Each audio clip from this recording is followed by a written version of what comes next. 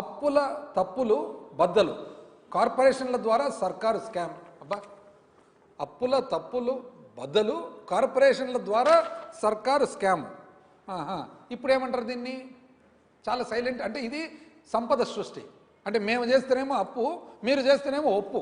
మీరు చేస్తే సంపద సృష్టి, మేము చేస్తే అప్పు. ఎంత పెద్దగా చూడండి, ఫుల్ పేజ్. మళ్ళీ వెనకాల సేమ్ అప్పుల తప్పులు బద్దలు, మళ్ళీ వెనకాల ఫుల్ డీటెయిల్డ్గా. అంటే పేపర్లు కేటాయించినారు దీనికి.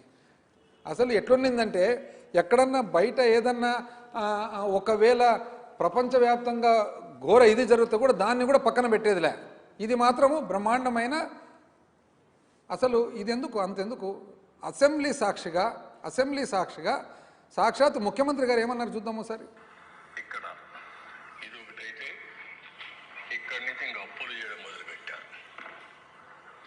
మొత్తం నాన్ కన్వర్టబుల్ డిబెంచర్స్ కింద ఏపీఎస్బిసిఎల్ ఫండ్ రైజింగ్ కింద మొత్తం 2 వీళ్ళకు వచ్చిన డబ్బుల్ని నేరుగా తీసుకోవడం మొదలుపెట్టారు. బయట కూడా బారో చేయడం మొదలుపెట్టారు తాకట్టు పెట్టి.